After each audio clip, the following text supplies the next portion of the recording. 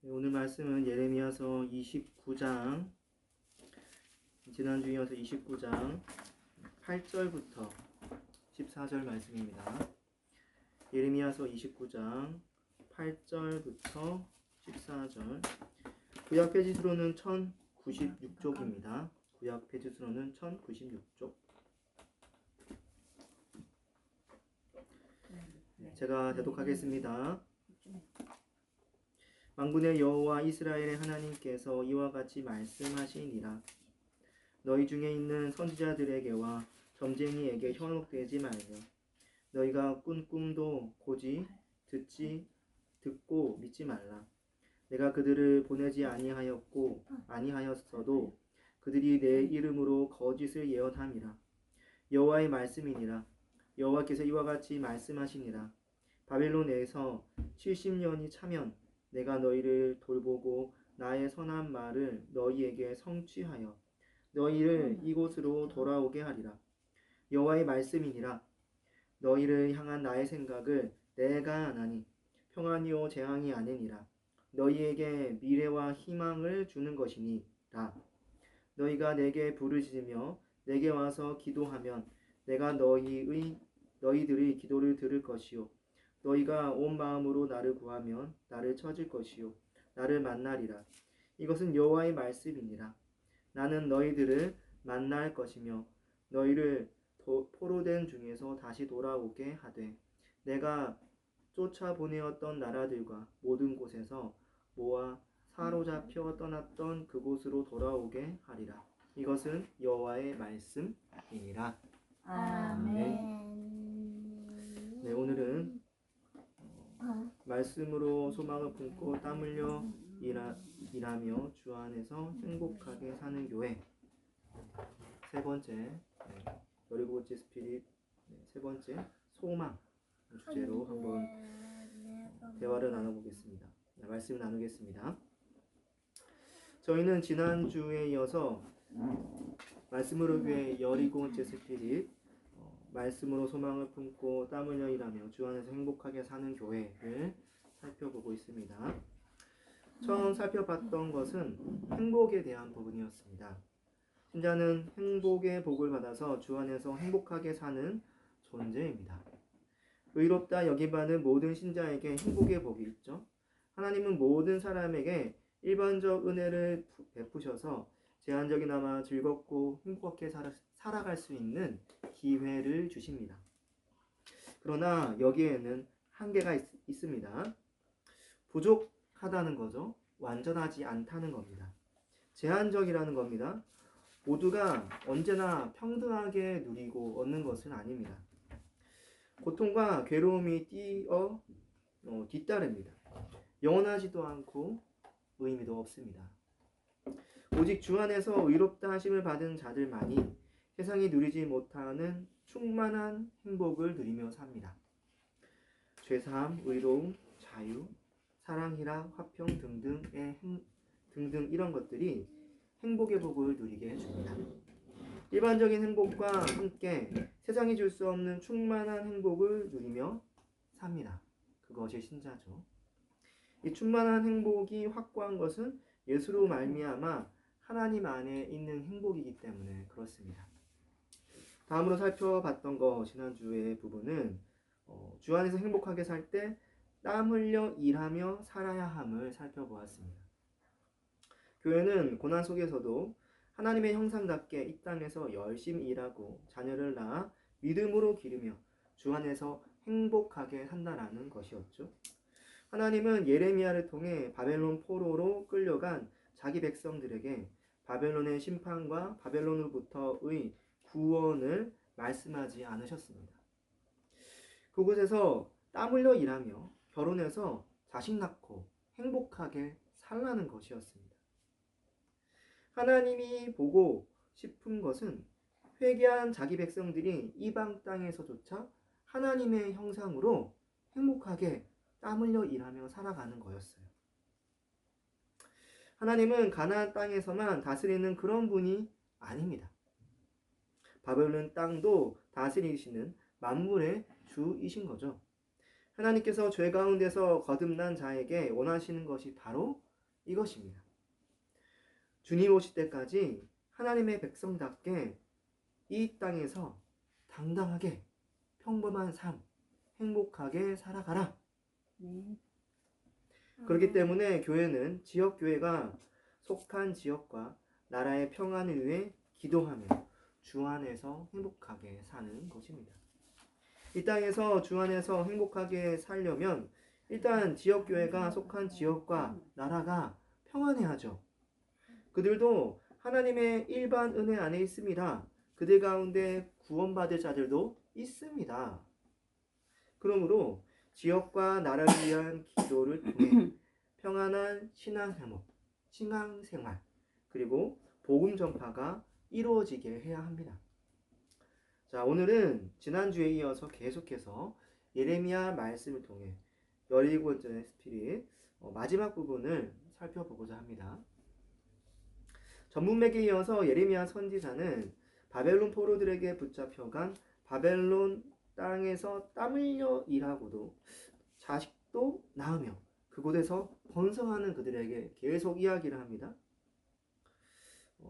이를 위해 그들이 속한 바벨론의 평안을 위해 기도도 하라고 합니다. 그들이 구원하시기로 약속하신 하나님을 믿고 이방 땅일지라도 주 안에서 행복하게 사는 것이 하나님이 그들에게 주신 시험입니다. 그럼 또 이방 땅에서 주 안에서 행복을 예레미야가 어떻게 이야기하는지 살펴보겠습니다. 오늘 지난주에서 8절부터 시작합니다. 8절, 9절, 예레미야 29장 제가 대독하겠습니다. 만군의 여호와 이스라엘 하나님께서 이와 같이 말하노라. 너희 중에 있는 선지자들에게와 점쟁이에게 미혹되지 말며 너희가 꾼 꿈도 고지 듣고 믿지 말라. 내가 그들을 보내지 아니하였고 그들이 내 이름으로 거짓을 예언함이라. 여호와의 말씀이니라. 예레미야는 먼저 이 말하기에 앞서서 자신은 만군의 여호와 이스라엘의 하나님의 말씀을 대언하고 있다라고 말을 합니다. 이미 4절에서 자신은 만군의 여호와 이스라엘의 하나님의 말씀을 대언한다고 언급했었는데 여기서 다시 이 말을 합니다. 자신은 절대 자신의 말을 하고 있지 않다는 걸 지금 강조하고 있는 거예요. 예레미야는 8, 9절 말씀을 다 말한 후 끝에 9절에서 또 여호와의 말씀이라고도 말을 합니다. 아마도 바울은 8, 9절 말씀을 정말 자신의 말이 아닌 하나님의 말씀으로 바벨론 포로에 끌려간 자들이 듣길 원했던 것입니다. 그런데 8, 9절 내용을 살펴보면 예레미야가 왜 이렇게 자신의 말이 하나님의 말씀인 것을 강조했는지 잘 알 수 있습니다. 그것은 예레미야가 다른 선지자들을 비판해야 했기 때문입니다. 자, 당시 바벨론에 끌려간 포로들 가운데는 선지자들도 있었습니다. 그들은 포로들을 위해 예언을 했고 포로들은 그들의 말을 듣고 위로와 소망을 품었습니다. 그러니 예루살렘에 있는 예레미야가 포로들 바로 옆에 있는 선지자들을 비판하는 것이 안 쉽죠. 멀리 떨어져 있는데, 그렇죠? 가까이 있는 이웃 사촌이라고 하지 않습니까? 아무래도 같이 있는 선지자들의 말에 포로들이 더 귀 기울일 것이기 때문에 그런 것입니다. 게다가 바벨론에 있는 선지자들은 지금 포로들처럼 같이 고통을 겪고 있지 않습니까? 예레미야가 바벨론 선지자들을 비판하는 것은 쉽지 않습니다. 하지만 그럼에도 예레미야는 그 선지자들을 비판합니다. 왜냐하면 하나님께서 바벨론 포로들에게 거짓 계시하는 선지자들을 책망하도록 했기 때문이에요. 자기도 안 하고 싶은데 하나님이 말하도록 하니까 할 수밖에 없는 그런 선지자의 처지인 거죠. 거짓 선지자들이 고난이란 환경을 틈타 자신들이 하나님의 자리에 앉아 있었기 때문입니다. 안 그래도 힘든 포로들을 잘못된 길로 인도하고 있으니 얼마나 악한가요? 그래서 하나님은 예레미야를 통해 하나님의 뜻을 포로들에게 알리셨습니다. 그리고 예레미야는 바벨론 포로들이 자신들의 말이면 듣지 않을 것을 알았기 때문에, 자신의 말이면 듣지 않을 것을 알았기 때문에 하나님의 말씀인 것을 이렇게 강조한 것이죠. 자, 그럼 거짓 선지자들이 어떤 것을 예언했을까요? 본문에는 그 내용이 구체적으로 나와 있지는 않습니다. 다만 꿈을 거짓되게 해몽하고 하나님의 계시가 아닌 거짓 계시를 말하고 있다고 합니다. 그러나 10절 말씀을 보면 이와 대조적인 내용들이다 보니까 이 거짓 선지자들이 핵심적으로 어떤 거짓 계시를 했는지를 추측해 볼 수 있어요. 자, 10절 말씀 제가 읽어보겠습니다. 여호와께서 이와 같이 말씀하시니라. 바벨론에서 70년이 차면 내가 너희를 돌보고 나의 선한 말을 너희에게 성취하여 너희를 이곳으로 돌아오게 하리라. 예레미야는 8에서 9절에서 거짓 선지자에게 미혹되지 말라고 한 후 70년 후에 바벨론 포로에서 해방되어 고향으로 돌아올 것을 이야기합니다. 즉, 이 말을 반대로, 그렇죠? 제가 말씀드린 대로 반대로 말하면 거짓 선지자들, 그 바벨론 포로들에게 어떤 것을 말했는지 알 수 있는 거예요. 해방에 대한 계시를 거짓으로 했다는 거예요. 거짓으로. 아마도 거짓 선지자들은 70년과는 대조적으로 좀 빠른 포로 귀환을 예언했던 것으로 추측됩니다. 이에 대한 부분은 예레미야 28장에 등장하는 거짓 선지자 하나냐의 예언을 통해 짐작해 볼 수 있습니다. 28장에서 하나냐는 포로로 끌려간 자들이 2년 안에 다시 돌아올 것을 예언하죠. 제가 한번 읽어보겠습니다. 예레미야 28장 2에서 4절. 만군의 여호와 이스라엘의 하나님이 이와 같이 일러 말씀하시기를 내가 바벨론의 왕의 멍에를 꺾었느니라. 내가 바벨론 왕 느부갓네살이 이곳에서 빼앗아 바벨론으로 옮겨간 여호와의 성전 모든 기구를 2년 안에 다시 이곳으로 되돌려 오리라. 내가 또 유다 왕 여호야김의 아들 여고니아와 바벨론으로 간 유다의 모든 포로를 다시 이곳으로 돌아오게 하리니 이는 내가 바벨론 왕의 멍에를 꺾을 것임이라. 여호와의 말씀이니라 하시니라. 하나님의 말씀은 하냐냐의 말은 당시 남유다 사람들에게 큰 호응을 얻게 됩니다. 하나님이 바벨론 왕 느부갓네살 왕의 멍에를 꺾을 것이고 2년 안에 포로들을 돌아오게 한다고 하니 얼마나 기뻤을까요? 아마도 이런 일이 일어나려면 바벨론이 외세에 침략하다 크게 약화되어야 할 것입니다. 남유다에게 치욕을 준 바벨론의 고통은 남유다에게 기쁨이죠. 그들은 하루속히 하나님께서 복수해 주시기를 바랬는데 하나냐가 당장 그런 일이 일어난다고 하니 얼마나 기뻤을까요? 아마도 당시 거짓 선지자들은 남유다 사람들이 기뻐할 만한 그런 계시들을 사람들 앞에 당당히 했던 것 같습니다. 그러나 예레미야는 이 계시가 거짓이라고 분명히 말합니다. 거짓을 말한 하나냐에겐 그가 하나님의 계시를 하지 않아서 폐역한 말을 했기 때문에 금년 7월에 죽을 것이라고도 이야기를 하죠. 잔인해 보일 수도 있지만은 이거는 굉장히 큰 죄이기 때문에 어쩔 수가 없는 겁니다. 그리고 실제로 예레미야의 계시대로 그대로 성취됩니다. 그해 죽게 되죠. 하나냐가. 하나님께서 하나냐는 거짓, 예레미야는 참인 것을 증명해 주신 거예요. 이제 예레미야는 같은 맥락으로 바벨론 포로 가운데 거짓 예언하는 선지자들을 향해 경고하고 있는 것입니다. 빠른 포로 귀환? 아니다.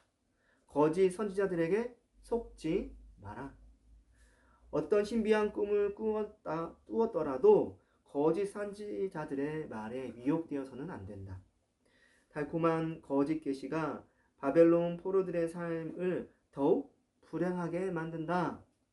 성취되지 않는 거짓 계시 때문에 포로들은 왜곡된 삶을 살게 될 것이다. 바벨론에게 대적하다가 더욱 큰 고통을 당한다. 바벨론 포로들은 반드시 70년 후 귀환한다는 사실을 기억해야 했습니다. 이 말씀 속에 숨겨져 있는 하나님의 뜻을 알아야 하나님이 주신 행복을 누리며 살 수 있기 때문이죠. 하나님이 주시고자 하는 것은 재앙이 아니라 평안입니다. 하나님의 뜻을 알아야 분명한 미래와 희망을 품고 현실을 행복하게 살 수 있습니다. 비록 인내가 필요하지만 분명 70년 후 바벨론 포로들은 고향으로 귀환한다. 하나님께서 약속하셨던 가나안 땅에 돌아가 다시 성전을 건축하고 예루살렘을 재건하고 그럴 수 있다는 겁니다. 죄로 무너졌던 이스라엘 나라의 기초를 세울 수 있습니다. 하나님께서 이스라엘에게 원하셨던 거룩한 나라, 하나님 나라의 회복은 그때 다 이루어지게 됩니다. 하나님은 바벨론 포로들이 하나님 나라에 대한 바른 소망을 품고 바벨론에서도 하나님의 백성답게 경건히 살기를 바랬습니다. 일상의 삶을 살아내며 말입니다. 그 안에 행복이 있습니다. 이걸 정리해 본다면은 그러므로 교회는 거짓 교사나 헛된 유혹을 떨쳐내고 하나님 나라를 소망하며 주 안에서 행복하게 산다 입니다. 우리는 유혹, 특히 거짓된 종말론을 분별해야 됩니다. 한국에서도 이것 때문에 큰 문제들이 많았었죠. 하나님은 고통받는 우리를 위해 하나님 나라를 속히 임하게 하실 거야. 맞다. 맞습니다. 왜 틀리겠습니까? 하나님 나라는 분명히 속히 임하죠. 신자는 그래서 깨어 있어야 합니다. 예수님께서도 깨어 있으라고 하셨죠. 그날과 때는 아무도 모른다고 했습니다. 마치 내일 임할 것처럼 긴장하며 하나님 나라의 임함을 소망해야 합니다. 하지만 그렇다고 해서 이런 말씀 때문에 방종해서는 안 됩니다. 내일 우리 주님께서 오실 것이니 이제 이 땅의 삶이 무슨 의미가 있나? 좀 정리하자. 내일 오시면 끝 아닌가? 그냥 너무 애쓰지 말자. 뭔가 멋있는 것 같고 경건해 보이기까지 합니다. 하나님 나라를 꿈꾸며 초월적인 삶을 사는 것도 같습니다. 그러나 여기에는 방종이 숨겨져 있습니다. 이 땅의 삶은 의미가 있습니다. 하나님은 신자가 이 땅의 삶을 열심히 살아가기 원하십니다. 주님이 오시기 전까지 열심히 일하며 열매를 거두시기 원하시지 이제 오실 때 얼마 안 남았으니 그냥 가진 거 잘 쓰다가 가자. 이런 말씀은 성경에 없습니다. 우리 주님께서는 달란트 비유에서 한 달란트 받은 자를 책망하셨다는 거예요. 이것을 기억해야 됩니다. 왜냐하면 한 달란트 받은 자는 받은 달란트가 너무 귀하고 혹시 잃어버릴까봐 땅에 묻어두었어요. 주인은 그런 걸 바라지 않았습니다. 그래서 얻은 결과가 무엇입니까? 주인이 오니까 그냥 있는 거 그대로 드리니까 책망하죠. 주인은 뭔가 남기기를 바랬습니다. 주인이 칭찬한 자는 2달란트, 5달란트를 준 자였었죠. 이들은 주신 것을 가지고 열심히 일했습니다. 하나님은 우리에게 요구하십니다. 너는 내가 준 시간과 육체, 이 땅에서의 자원들을 가지고 무엇을 하고 무엇을 남겼느냐? 내가 준 재능 지혜로 무엇을 했느냐? 우리는 주님의 질문 앞에 당당히 답할 수 있어야 됩니다. 네, 주님, 저는 이러한 일을 했고요. 이러한 열매를 맺었고요. 그런 가운데 주님을 소망하며 열심히 일하며 살았습니다. 라고 말입니다. 거짓된 종말론에 속지 맙시다. 예수님이 언제 재림하시겠는가? 2000년 전에도 안 오셨고 뭐 지금도 안 오셨으니 안 오는 거 아니야? 예수님은 이미 영으로 임했어. 이거 이단들이 말하는 거죠. 잘못된 종말론을 따라가면 반드시 죄악된 삶으로 살게 됩니다. 거짓된 종말론을 가르치는 사람들, 거짓된 가르침을 떨쳐냅시다. 바른 종말론, 소망을 품고 재림할 때까지 힘써 일하는 것이 바로 바른 종말론입니다. 헛된 유혹을 떨쳐내고 주 안에서 바른 소망을 갖는 것, 이것이 중요합니다. 그래야 주 안에서 행복하게 살 수 있습니다. 안 그러면 모든 것이 우울합니다. 다음 주제로 넘어가서 계속해서 예레미야는 이렇게 또 이야기합니다. 12절 말씀 제가 되도록 하겠습니다. 여호와의 말씀이니라. 너희를 향한 나의 생각을 내가 아나니 평안이요 재앙이 아니니라. 너희에게 미래와 희망을 주는 것이니라. 이게 무슨 말일까요? 예레미야는 11절에서 또 여호와의 말씀인 것을 강조합니다. 아마도 자신이 하는 말을 바벨론 포로들이 받아들이기 어려울 수 있기 때문에 이게 하나님의 계시라고 또 강조하는 거예요. 예레미야도 좀 많이 불안한가 봅니다. 대선지자인데. 예레미야가 이렇게 강조해서라도 전했던 하나님의 계시는 포로들을 향한 하나님의 생각이 평안이라는 거예요. 이거 평안 생각 될까요? 하지만 그걸 믿으라는 거예요. 70년 생고생할 건데 그거 평안을 위한 거야. 참, 그렇죠? 하나님의 말씀을 바벨론 포로들이 재앙이라고 생각하지 모릅니다. 절대 그런 것이 아니라는 거예요. 재앙이 아니라 그들에게 미래와 희망을 주려는 말씀이라고 예레미야는 강조하고 있는 것입니다. 70년이 아이들 장난하는 그런 1, 2년이 아니잖아요. 인생 전체를 걸쳐서 살아내야 되는 시간입니다. 예레미야가 이렇게 조심스럽게 또 강하게 말하는 데는 이유가 있습니다. 바로 이 70년의 무게 때문인 거죠. 곰곰이 생각해보면 이 70년이라는 것은 요즘 현대적 기준으로 봤을 때 두 세대가 지나가게 되는 거예요. 보통 한 세대를 30년이라고 하잖아요. 한 사람이 태어나서 자라서 한 자녀를 놓는 것. 요 기간이 보통 30년. 옛날엔 더 짧았다고 봐야 됩니다. 일찍 결혼해서 일찍 자녀를 낳았기 때문에. 근데 뭐 요즘 기준으로 치더라도 네, 세 세대가 지나야 되는 거예요. 아주 긴 시간입니다. 그 70년 동안 살아낼 수 있을까요? 바벨론 포로들 입장에서 예레미야의 이런 계시가 달가울 수 없습니다. 고통이죠. 암담한 겁니다. 포로라는 치욕스러운 삶, 차별, 무시, 타향살이, 불완전한 삶, 어떻게 70년이나 삽니까? 어쩌면 바벨론 포로들은 70년 후에 해방된다는 말을 들었을 때, 와, 이거 이러다 우리 버림받는 거 아니야? 이렇게 생각했을지도 몰라요. 70년 후 해방 약속을 누가 믿습니까? 사람이 한 약속이면 절대 안 믿습니다. 내일을 알 수 없는 것이 사람의 일인데요. 하나님은 안 보입니다. 현실 문제만 매일 눈앞에 닥칩니다. 어떻게 하지? 이럴 땐 어떻게 하지? 저럴 땐 어떻게 하지? 예레미야의 메시지는 그런데 분명하죠. 70년 후에 해방된다. 고난 후 영광을 맛볼 것이다. 기대해라.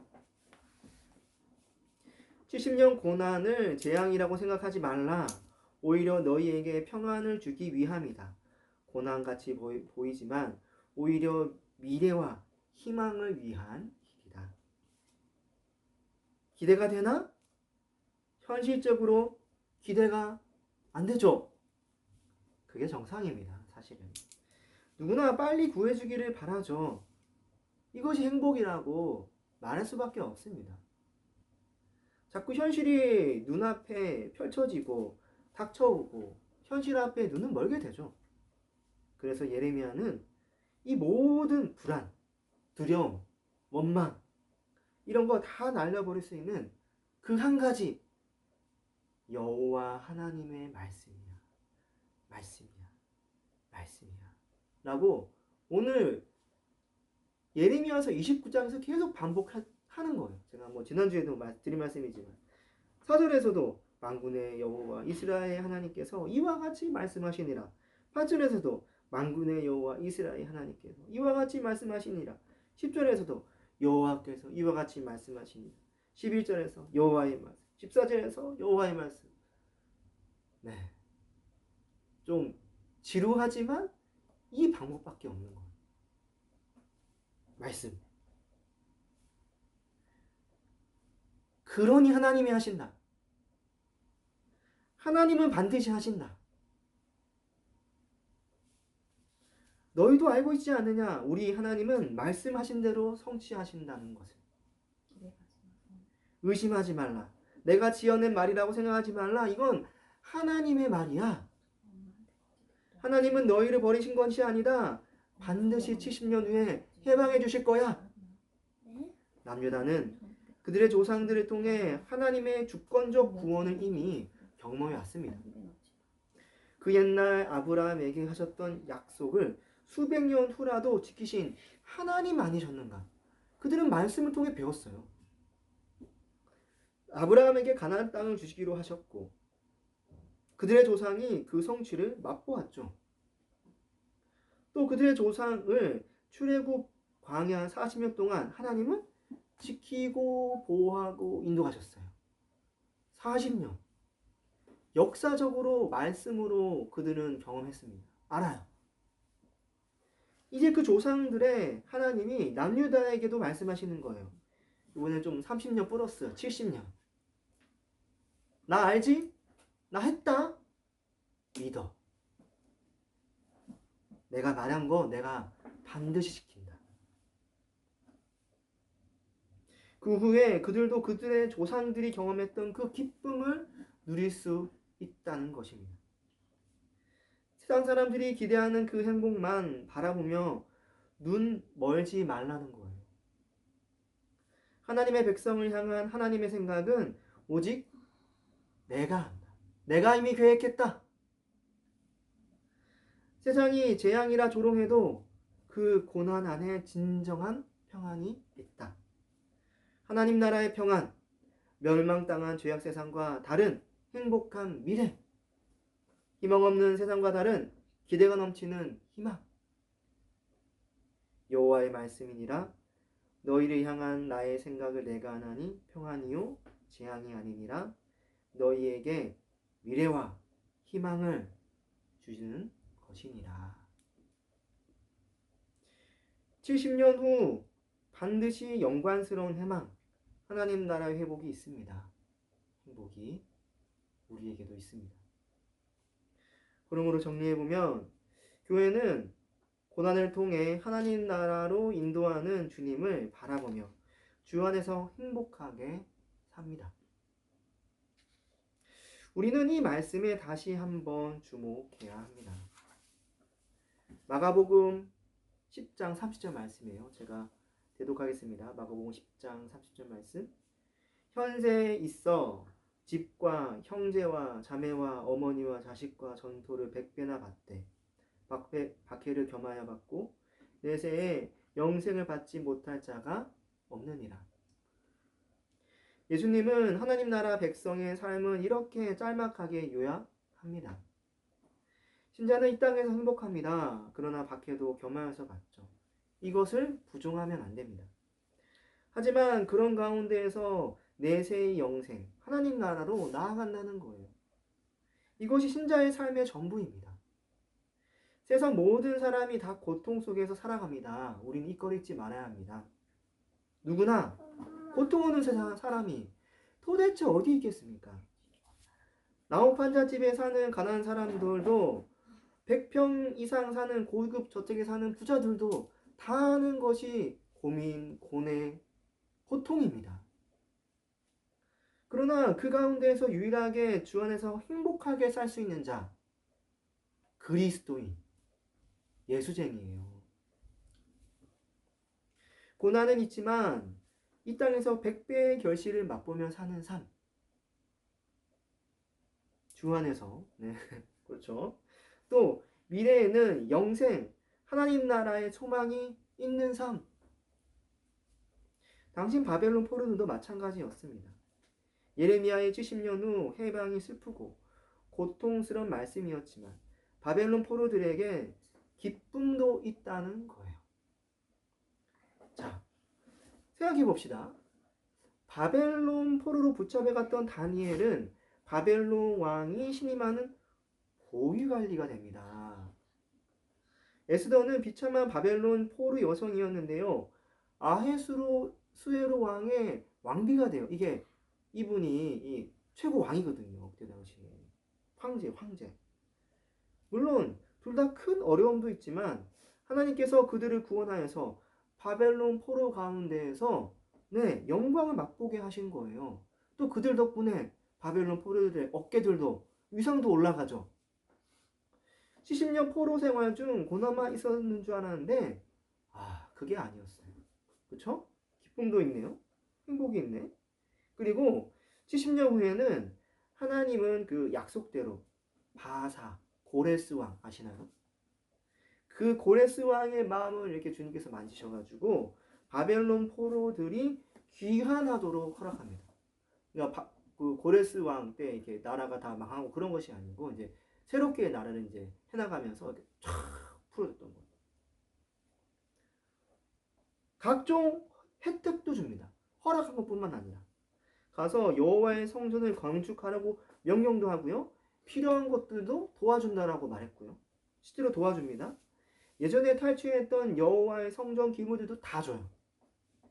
그리고 바벨론에 머물며 살며 얻은 그런 온갖 금, 은, 보화들 다 가져갈 수 있도록 합니다. 마치 이게 그러니까 애굽 포로 가운데에서 애굽할 때 당시의 모습과 비슷한 거예요. 그 애굽에 있는 보화들, 소들, 양들 뭐 다 끌고 가나안 땅으로 가잖아요. 바벨론 포로 기환 70년 대 그렇게 됩니다. 한 번만 간 게 아니에요. 그게 부족해가지고 1차, 2차, 3차까지 가요. 얼마나 영광스럽습니까? 우여곡절이 있었지만 아무튼 예루살렘에 도착해서 성전벽도 세우고 성전도 세우고 예루살렘 성벽도 세우고 그랬습니다. 조상들이 드렸던 제사도 드리고 여호와께 예배도 하고 솔로몬 성전의 영광에 좀 비할 바는 안 되지만은 그래도 분명한 회복을 했습니다. 하나님 나라의 영광은 70년 포로 귀환을 통해 분명히 드러났죠. 바벨론 포로들은 회복을 맛본 거예요. 영광스러운 회복. 바벨론 포로들 가운데 그들은 행복했다라고 말할 수 있습니다. 마지막 영광스러운 회복까지도 맞이했으니까요. 그러므로 이렇게 정리해 볼 수 있습니다.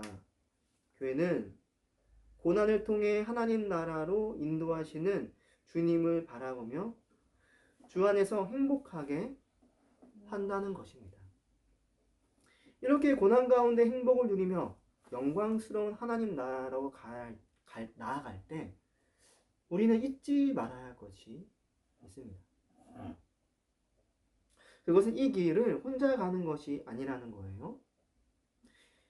이 행복한 길 혼자 걸으면 외로울 수 있죠. 그래서 하나님은 머리 대신 예수님을 통해 한 몸 공동체, 교회와 함께 이 길을 가게 하셨습니다. 함께하는 행복이 진정한 행복이죠. 옆에 있는 사람과 인사합시다. 당신과 함께해서 행복합니다. 당신과 함께해서 행복합니다. 행복합니다. 이 길을 당신과 함께한 한몸 교회로 걸어가서 행복하다는 이런 고백 자주 해야 합니다. 예레미야는 이 편지를 개인에게만 보내지 않았던 거예요. 모든 바벨론 포로에게 보냈습니다. 포로를 향해서 온 교회에게 이 편지를 보냈다는 것과 마찬가지죠. 함께 고난 가운데 영광으로 나아가는 뜻이죠. 우리는 잘 알고 있습니다. 아무리 멋진 여행이라도 혼자 떠난 여행은 반쪽짜리 여행이라는 것을. 행복도 반쪽입니다. 함께 떠난 여행이라야 즐겁죠. 부족해도 함께라서 행복하죠. 온 교회가 이 말씀을 듣고 함께 걸어갈 때 교회는 그 행복을 누릴 수 있습니다. 이제 마지막으로 바울은 12에서 14절에서 이렇게 고난을 통해 평안 가운데 미래와 소망으로 나아간다라고 이야기합니다. 제가 12, 13절 읽어보겠습니다.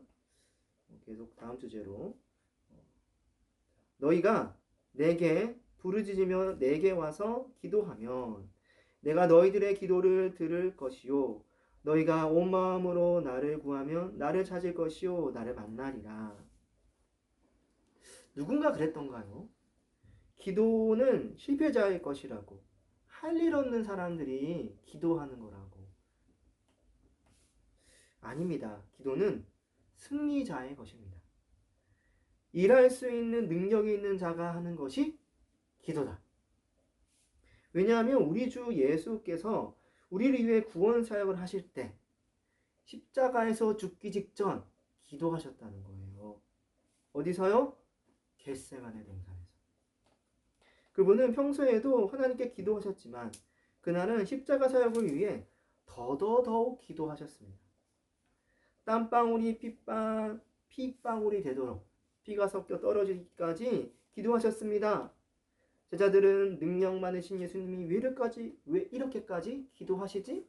정말 죽는 건가? 아직도 잘 감을 못 잡고 드르렁쿨쿨 잠을 잤다는 거 아십니까? 제자들은 몰랐습니다. 예수님은 십자가 사역을 위한 기도를 하신다는 것. 십자가로 우리 죄를 대속하심으로 마귀의 권세, 죄를 깨고 승리하시기 위해 기도하신다는 것을. 예레미야는 지금 이런 입장에서 바벨론 포로에게 기도하라고 말하는 것입니다. 바벨론 포로로 끌려온 너희를 향한 하나님의 구원 계획은 하나님만 하신다.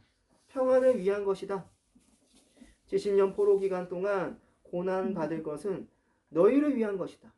미래 희망 주기 위한 것이다. 그런데 이런 고난 후 영광 보기 위해는 반드시 기도의 삶이 필요하다. 기도 없는 70년 포로 기간 버틸 수 없다. 우리를 향한 하나님의 생각은 오직 하나님만이 하신다. 세상 방식대로 생각하지 마라. 나만 해결할 수 있다. 발버둥 치지 마라. 하나님께서 부르짖으면 하나님께서 내 기도를 들으시고 내 뜻에 응답하신다. 그러니 너희는 기도만 해라. 온 마음 다해 기도해라. 하나님이 약속대로 구하는 자에게 하나님의 뜻에 합당하게 응답해 주시고 만나 주실 것이다. 이 말씀이죠. 예레미야는 12에서 13절 이런 의미를 담은 말을 했습니다. 우리가 잘 구하든 못 구하든 하나님이 원하시는 뜻대로 응답할 것이니 기도를 하라는 거예요. 유일한 원천이 하나님이시니까. 예레미야는 12, 13절에서 이렇게 기도하라고 한 후에 14절에서 그 기도가 그들을 포로 해방이란 소망으로 인도할 거라고 이야기합니다. 제가 읽어보겠습니다. 14절.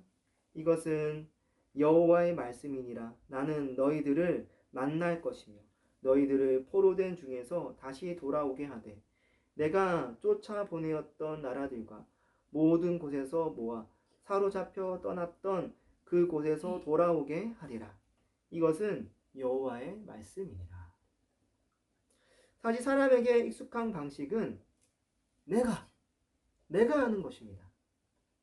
우리는 하나님이 일하신다라고 말하지만 이렇게 생각합니다.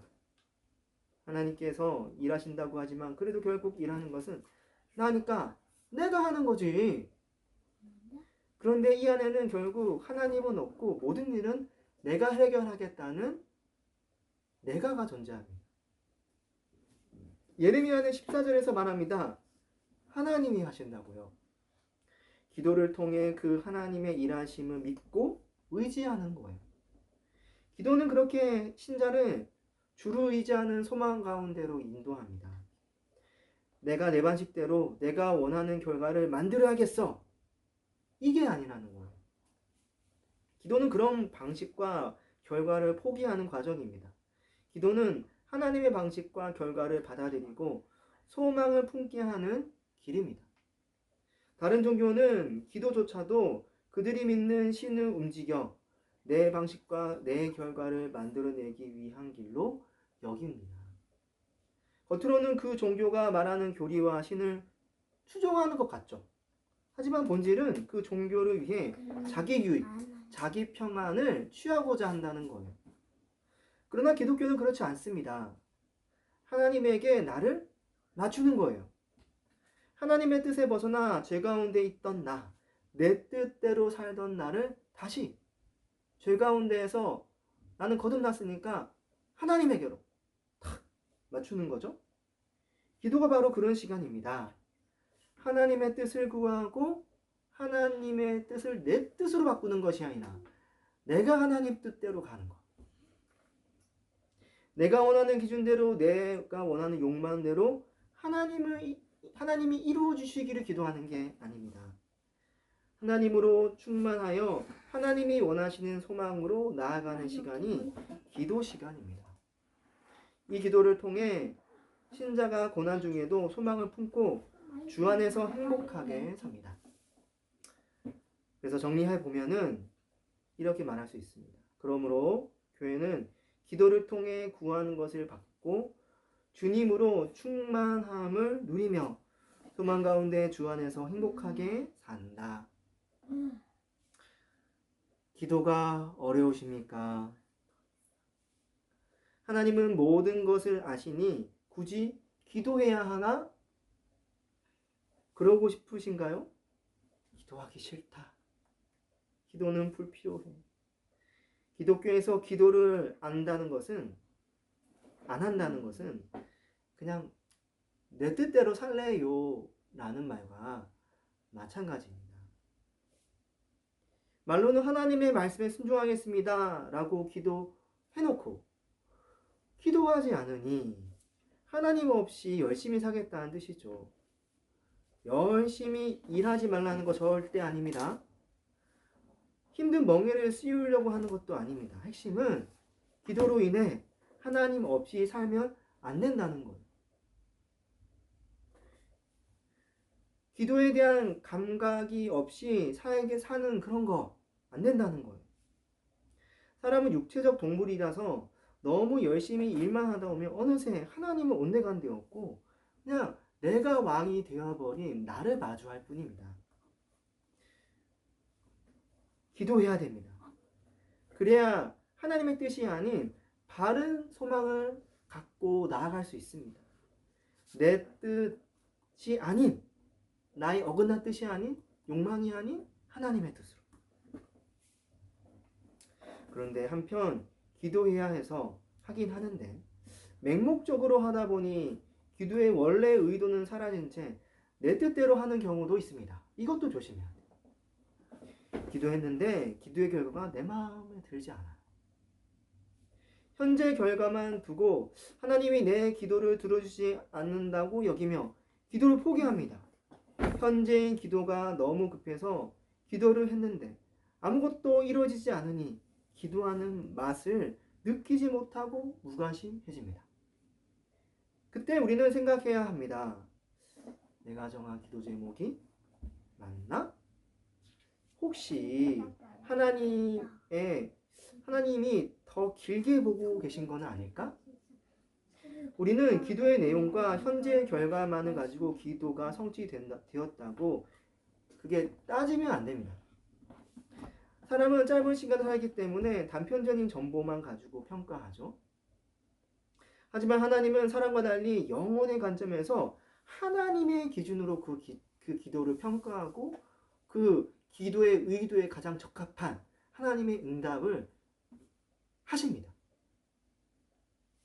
하지만 하나님은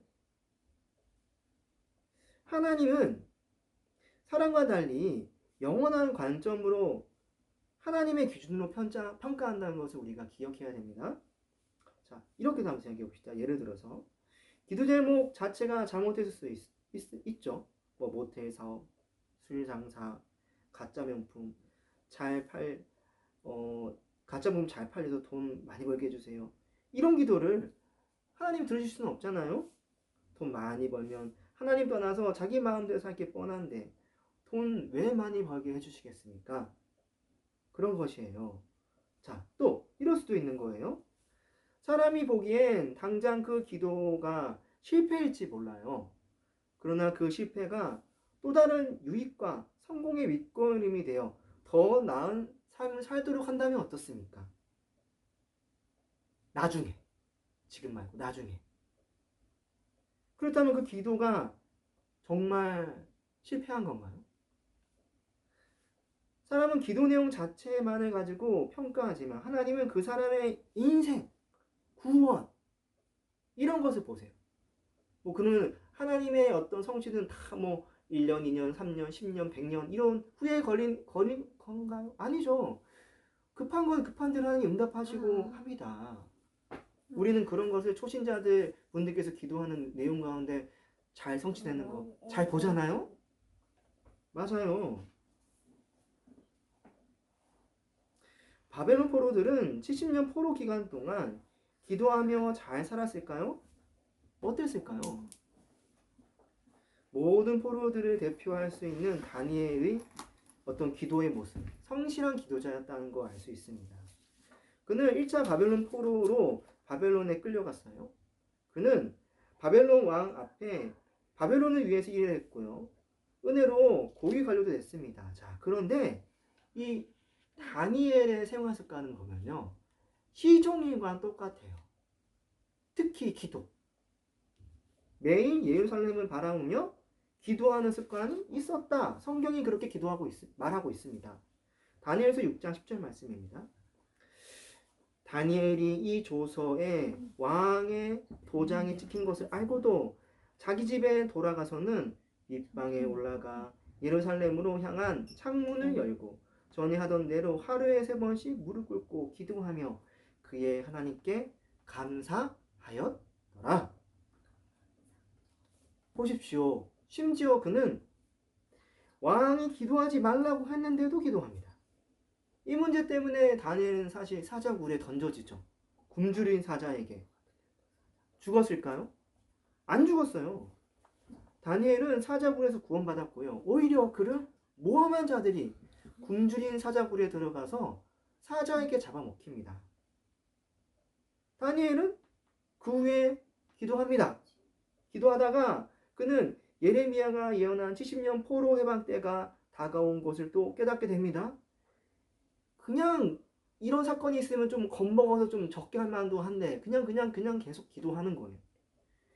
기도자는 깨어있기 때문에 평안한 바벨론 관리 생활 중에라도 그 하나님의 그 응답 이게 감각이 있는 거예요.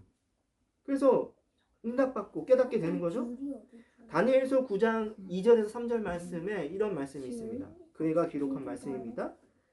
자, 곧 그 통치 원년에 나 다니엘이 책을 통해 여호와께서 말씀으로 선지자 예레미야에게 알려주신 그 연수를 깨달았으니 곧 예루살렘의 황폐함이 70년 만에 그치리라 하신 것이니라. 내가 금식하며 베옷을 입고 죄를 덮어쓰고 주 하나님께 기도하며 간구하기를 결심하고 내 하나님 여호와께 기도하며 자복하여 이르기를 크시고 두려워할 주 하나님 주를 사랑하고 주의 계명을 지킨 자를 위하여 언약을 지키시고 그에게 인자를 베푸시는 이시여. 어떻습니까? 벌써 70년 그 포로 생활이 이 다니엘의 상 가운데 거진 다 흘려갔었나 봐요. 결국 그 마지막 때를 지금 다니엘이 이제 목도하려고 했던 것 같습니다. 그의 기도대로 마침내 이스라엘은 70년 포로 생활을 마감해요. 귀환합니다.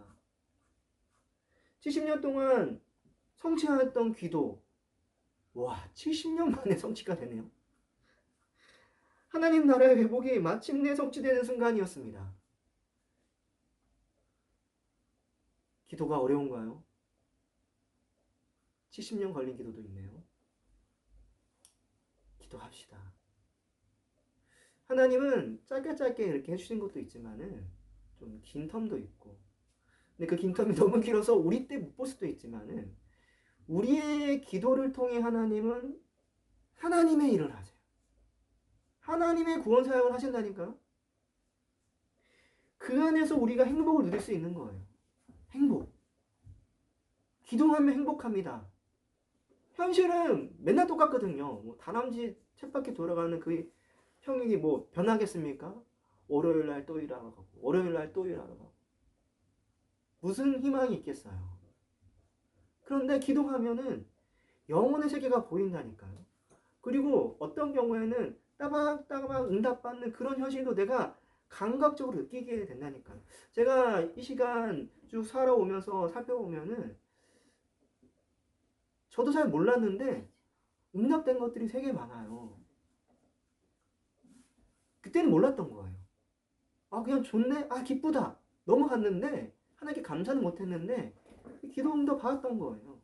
그게 우리의 삶 가운데 있다니까요. 그래서 하나님이 우리의 기도를 우리보다 더 잘 아신다 라는 겁니다. 우리가 엉뚱하게 기도해도 하나님은 이거를 잘 받으셔가지고 그 기도로 일하신다니까요. 세상적 관점으로 기도를 바라보지 맙시다. 실망만 하고요. 전혀 생산적이지 못하게 됩니다.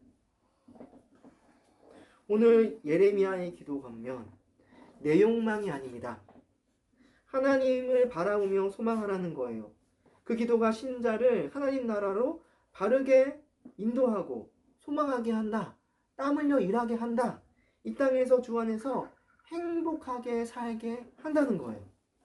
하나님의 관점으로 기도하면은 된다는 겁니다. 자기의 욕망이 아니라 하나님의 소망을 품고 하나님의 관점으로 하나님이 일하신 것을 보면 됩니다. 이제 말씀 맺겠습니다.